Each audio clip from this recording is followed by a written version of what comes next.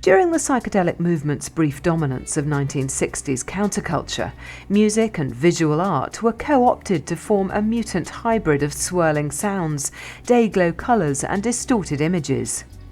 In San Francisco, posters for such bands as the Grateful Dead, Jefferson Airplane, Love and the Doors used forms borrowed from surrealist artist Salvador Dali to suggest the kinds of melting and melding visual effects that were often part of the LSD experience. Following suggestions made by Peter Jenner, Pink Floyd devised a light show that, although relatively primitive compared to the larger rigs being built in America, employed impressive multi-layered visual effects. These employed resources such as oil wheels and custom-made projection slides to complement the woozy sounds created by their rambling musical improvisations. Syd was exploring increasingly bizarre guitar sounds, produced by a jumbled array of echo boxes and delay units. These, together with Richard Wright's Arabic-influenced organ scales, Roger Waters' underdeveloped repetitive bass riffs, and Nick Mason's unconventional use of percussion, combined with the light shows to produce an otherworldly audio-visual experience that startled young London audiences. With powerful hallucinogenic drugs added to an already heady mix, they were exploring territory that took the listener on an increasingly remote flight from reality. In October 1966, Pink Floyd played at the opening of the Roundhouse in London's Camden Town. Duly impressed by their performance, Jenner and King signed them up and sent them to the Thompson Private Recording Studio in Hemel Hempstead to record their second demo. This time they played two Barrett originals, I Get Stoned and Let's Roll Another One, both of which clearly traded on the drug scene that seemed to sort the hipsters from the squares. The latter cut eventually became Candy and a Currant Bun, the B-side to Arnold Lane, the band's first single, released in 1967. Jenner and King sent the demos to Joe Boyd, who rejected them, recommending the band spend their money on more professional recordings.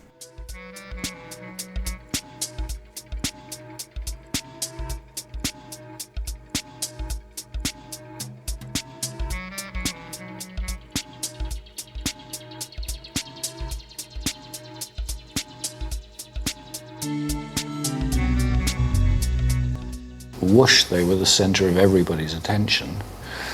And then he had to be the performing monkey, being on top of the pops, playing the same thing again and again, where I think his sense of creativity didn't espouse that.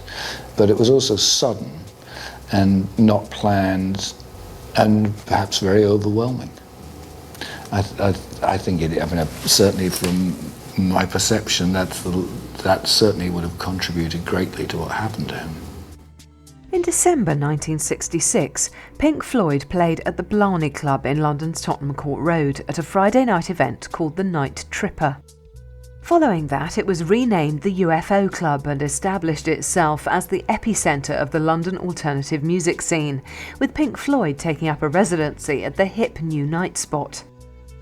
In January 1967, a young filmmaker named Peter Whitehead approached Pink Floyd through a mutual acquaintance to provide soundtrack music for a documentary film he was making about the swinging London scene, to be called Tonight Let's All Make Love in London.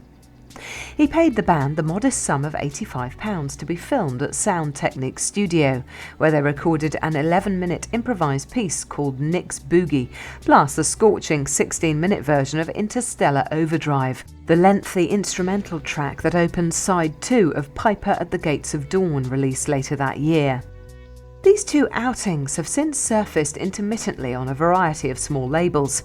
Together with Lucy Leave, King Bee, I Get Stoned, Let's Roll Another One, and other songs recorded by Pink Floyd with Syd Barrett but subsequently abandoned, they form a pool of fascinating material, yet they remain the only tracks to have been sanctioned for even limited semi-official releases. In 1967, far from the dreaming spires of Cambridge, Syd Barrett embarked on his brief tenure in London as the Pied Piper of the London Flower Children, leading them through the darkness to the gates of the psychedelic dawn. With his boyish charm and good looks, he became a magnet for a succession of young women. With his mercurial creative instinct set on overdrive, he began to revise the rulebook for contemporary pop. Floyd's live shows were multi-sensory extravaganzas, rocket ship rides to the outer fringes of Syd's imagination. As the creative epicentre of Pink Floyd, this imagination was allowed full rein when the band released 2 top 20 singles in 1967. These were followed by their first album, Piper at the Gates of Dawn. Now, many of these tracks were recorded in EMI's Abbey Road studios, next to the facility being used by the Beatles to record Sgt. Pepper's Lonely Hearts Club Band. And Piper, released not long after Sgt. Pepper, provided a foil for the Beatles' majestic but comparatively weighty musical canvases. As experimental musicians, Pink Floyd were coming to the attention of so-called serious music critics, something which Syd would doubtless have regarded as a somewhat dubious honour. In 2006, almost 40 years since the Summer of Love in 1967, it is hard to appreciate how staid middle-class life in Britain was at that time. The news of the world, which depended then as ever on the weaknesses of the human spirit for its livelihood, wrote a 2-part piece on the disgrace to public morals that was the London underground music scene.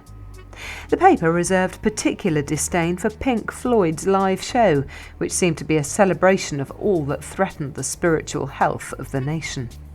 Later that year, the pirate radio station Radio London blacklisted Pink Floyd's first single, Arnold Lane, as its DJs considered the song smutty. In their excellent book, Crazy Diamond, Syd Barrett and the Dawn of Pink Floyd, on the life and music of Syd Barrett, authors Mike Watkinson and Pete Anderson document an interview with Syd, conducted by journalist Nick Jones. The piece was written for the Melody Maker, then vying with the New Musical Express for top dog status among Britain's weekly music papers. Jones's opening gambit was, "Syd, why did you write such a dirty, filthy, smutty, immoral and degrading song as Arnold Lane?" Such self-righteous and high-minded revulsion would resurface 20 years later in the minds of others with the emergence of the Sex Pistols. It must have been one of the rare occasions on which Syd was berated for portraying, in what were seen to be graphic terms, non-mainstream sexuality, rather than his experiments with drugs. Yet whatever the motivating force, it was Syd's fertile imagination that propelled the first incarnation of Pink Floyd into the pop charts with their first 2 singles, while simultaneously establishing them as hip alternative musicians in the album charts with Piper at the Gates of Dawn and its follow-up, A Saucerful of Secrets. By March 1967, Jenner and King had persuaded Joe Boyd that the band was ready to record its first single, and Boyd agreed to produce it. Pink Floyd recorded 2 songs, Arnold Lane and Candy and a Currant Bun. The session also yielded another early, as yet officially unreleased version of Interstellar Overdrive. On March the 11th, Arnold Lane was released as a single on EMI's Columbia label and rose to number 20 for a week. The song portrayed the protagonist of its title as a cross-dressing moonlighter who thieved women's underwear from their washing lines. It was an instant classic, refusing to extol the virtues of heterosexual adolescent love or to trade in any of the clichés of the top 20 pop of its time. Though it had an ironic, quasi-moralistic ending in which Arnold Lane's deviant proclivities land him in jail, with a stern admonition not to re-offend, Barrett's yelp of "he hates it" made it clear where his sympathies lay. In a 1973 interview given to journalist Conor McKnight for Zigzag magazine, Roger Waters and Nick Mason recalled the curious effect on Pink Floyd of their overnight acclaim as a singles band. Because they were in the charts, they could charge what was then seen to be a relatively large sum of £250 a night. Yet, when it became clear that much of their set consisted not of 3-minute pop songs but of lengthy, often impenetrable free jazz-styled improvisations, disgruntled ticket payers threw glasses of beer at them. This situation reflected their essential dilemma, although Syd, inspired by the Beatles, was eminently capable of that time of writing 3-minute chart material that would bring much-needed money and media attention. He was far more interested in exploring the darker fringes of his muse, where his experiments with LSD were taking him. The problem was, no one seemed to know where these journeys were going, or what they would do when they got there, least of all Syd himself. As it turned out, once he was out there on the periphery, there was no satisfactory means of return.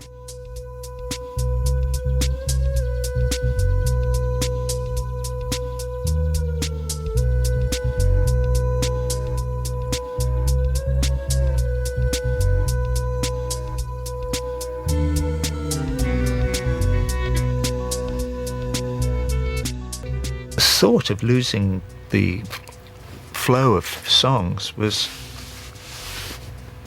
disastrous for us at that point, because he was doing most of the writing. So he said, why doesn't he just write songs and come and record and we'll go and do gigs? But there's no way we can do that anymore. And I think at that point Syd had some idea that the way forward was to employ two girl saxophonists and some weird kind of idea. Following the chart success of Arnold Lane, another Barrett song, See Emily Play was released on Columbia on June 16, 1967. Originally titled Games for May, Syd wrote the song to commemorate a concert of the same name given by the band at an event staged at the Queen Elizabeth Hall as part of an often uneasy alliance between the London arts establishment and its hipper counterparts on the underground scene. See Emily Play, which peaked at number 5 in the Melody Maker charts, was to be one of the defining moments of both that version of Pink Floyd that was dominated by Syd Barrett and of the era that produced it. Emily drew the listener into a narrative dream world where childlike innocence seemed to be betrayed by a more sinister force, a theme that addressed political events in the wider world, beyond the idealistic vision of the hippie era.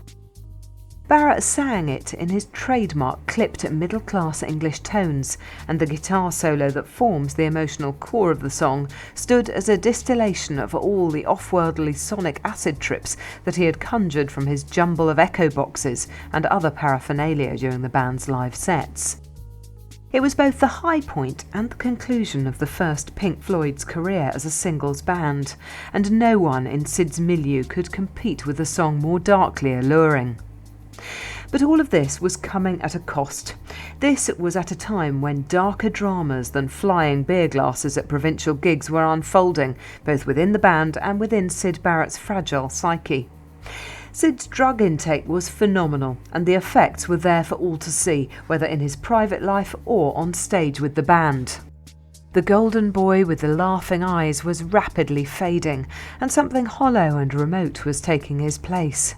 People paid money hoping to see Syd, a chemically enhanced one-man freak show, pushing the boundaries of musical experimentation, but disintegrating inside his own head. EMI had dropped Joe Boyd as a producer after Arnold Lane, and Norman Smith, who had worked as an engineer for the Beatles alongside George Martin, was appointed to produce both See Emily Play and the sessions for Pink Floyd's first album. Piper at the Gates of Dawn, released on August 5, 1967, seemed to be an amalgam of the influences that informed the psychedelic pop culture of its time. It drew heavily on the imagery of Victorian and Edwardian children's literature, surrealism, science fiction, and a very Middle English strain of ironic whimsy. This was taken in part from the same music hall influences that informed many of the songs written by Ray Davies of the Kinks and the Beatles' Paul McCartney. The more druggy of Pink Floyd's music, particularly extended jams like Interstellar Overdrive, helped give birth to the term space rock. This did a disservice to Syd's intelligence and eclecticism. It inspired other bands to stretch the boundaries of their imagination, though seldom with results as satisfying as Piper. The record was released to positive reactions from the press. That Syd received the lion's share of the plaudits belied the fact that it was very much a group album, with the contributions made by Waters, Wright and Mason vital to its sound and its success. It was the sound of an innovative British pop band firing on all 4 intergalactic cylinders, and no Pink Floyd album that followed could recapture that first heady rush of daring and excitement.